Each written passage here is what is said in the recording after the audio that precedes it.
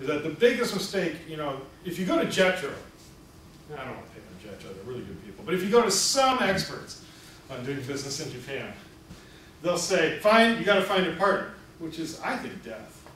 Because what the partner loves seeing, guys like you saying, I want to start a company in Japan, help me. You go, great, well, you do this part and stay in this corner and keep your mouth shut. We wanted to become a big company. So I didn't see any value the partner would give us, honestly, and I still don't. And the partners, I'm going at those trading companies' channels. I was a competitor, really clearly what we were trying to do. And we got all kinds of trouble for it because people say, well, who's your partner and why aren't you working with a partner and all that? And we just smiled and said, How many American businesses are selling wine in Japan now? There are, Gallo, for example, has its own company over there. Gallo, by the way, in the business is very much like the Marines. If you work for Gallo, you sell your quota or you do 50 push-ups. Gallo's a tough company to work for. It's a sales. By the way, there's really two kinds of wineries in the world, and there's the people that understand the job to sell lots of product at a margin, and other people that are making art. How sweet it is and all that stuff. But the guys who make art don't make any money. but there are also there's a couple of small companies, like there's one called Hote Wines, run by an American who's, I think, permanently resident there. And there's like that, but it's very few. You had a question there. From what I've heard, Japan is expensive in terms of getting bread and butter. And if you take the case of Silicon Valley, where Hewlett and Packard could start a company in a garage, or same thing with Sergey could start it in his dorm room, is it still possible to do that in Japan? Yeah, How did you do it? I think that's right. It's a good question because I got it a lot. Isn't it expensive to just do basic cost of living? I mean, I haven't visited, so I don't know. But that's it's an expensive place, particularly if you visit. But you understand that per capita income there is about the same as anywhere else in the developed world. Anywhere else the same as Europe and the United States. And if you eat at hotel restaurants, you go bankrupt pretty quickly. But if you eat where the locals eat, which is what I did, you go to tonkatsu shops, which is fried pork, or noodle shops, or go to the grocery stores and you go to a little kitchenette. If you do what people do, it's probably like being a resident of New York City, not a tourist. I would guess Tokyo's expensive. Outside Tokyo's not so bad. It's about roughly saying a house is expensive. It's small. I made a deal with a hotel there, and I said I'll stay there 100 nights a year minimum if you give me a really low rate. They did, and it worked out great. But then somebody made my bet, so that was great. But I don't think it's horrifically expensive. It's not cheap by any means, but it's not unlike London. Is there ways you can get Japanese citizenship? Yeah, you can get Japanese citizenship if you stand on your head, turn your insides out, wait 50 or 80 years. There's a guy that got it, David Aburai or something like that. They don't cater to engineers and... No, they don't want you. They don't anyway. That's probably a too normal statement.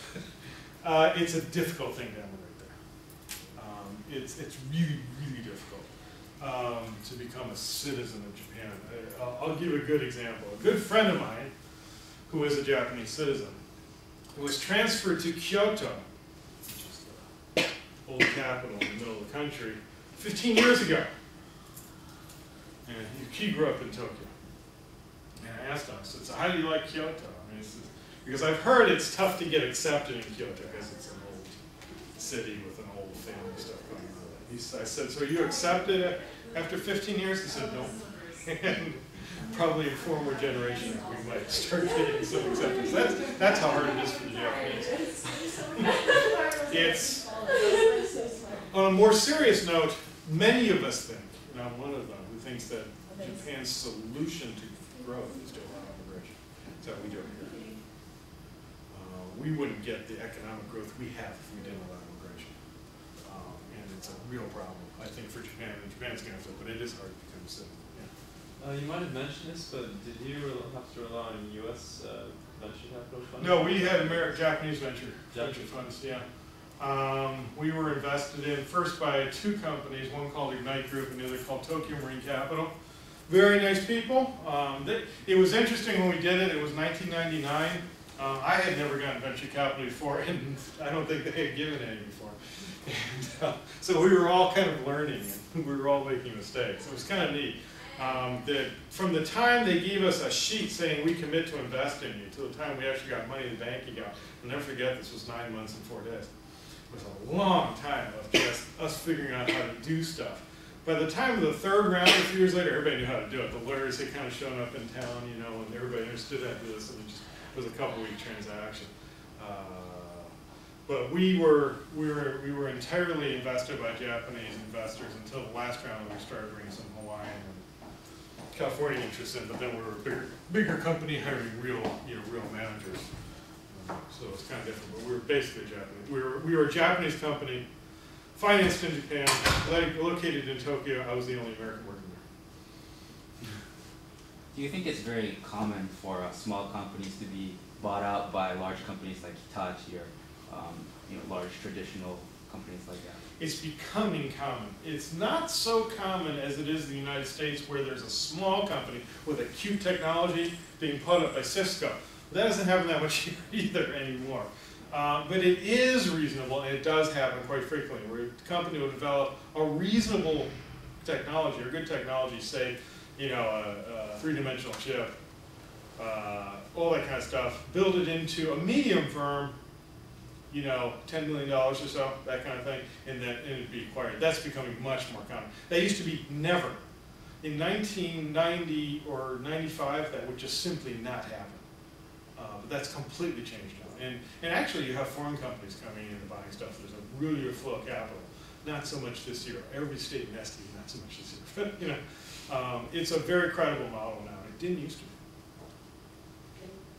Let's take one more question. I'll ask the question. So I noticed that in your presentation you mentioned that the age of entrepreneurs is going down. Yes. Do you have a lot of people that graduate, like out of college, like at Stanford, and then go and do their startup immediately after? We are finding that, in particularly Stanford and particularly Harvard.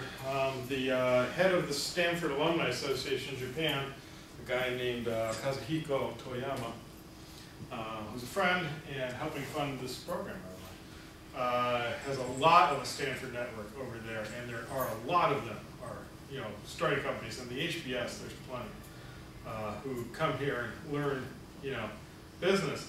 The problem with the whole thing is that there's a discussion going on whether MBA is the proper degree for an entrepreneur. I'm not so sure. But what is for sure is that a good network of people really helps. And I think that's what it provides, not the education, but kind of the network of help. And it's quite significant over there. You saw a lot of Harvard group, a lot of Stanford, a lot of Michigan. Has a big alumni association group over there. And they'll hang out at the bar. There was a particular bar where all the venture and PE people used to hang out, and it was loud and ugly, but they liked it. And you just pick up. So these networks kind of develop, and I think that's provided. So you see it a lot. Where you see the youth coming is just this. We see a lot of people leaving university, getting a job at a major company, and leaving after 3 years. And what we're seeing a lot of, and this is very important, is a lot of women entrepreneurs. A lot of women entrepreneurs. All of my senior managers at Wine Style were women. All of them. They were just hard workers, and they weren't so interested in working in the speech. And in fact, our market was largely directed to women. So one cannot underestimate the role of women is radically changing in Japan, driving a huge amount of social change. I think it's probably one of the most important things going on right now. Well, I think that's it. Thank you so much for coming, and then hopefully, Robert, you can stay for questions if anybody has. Sure, I can. All right, thank you so much.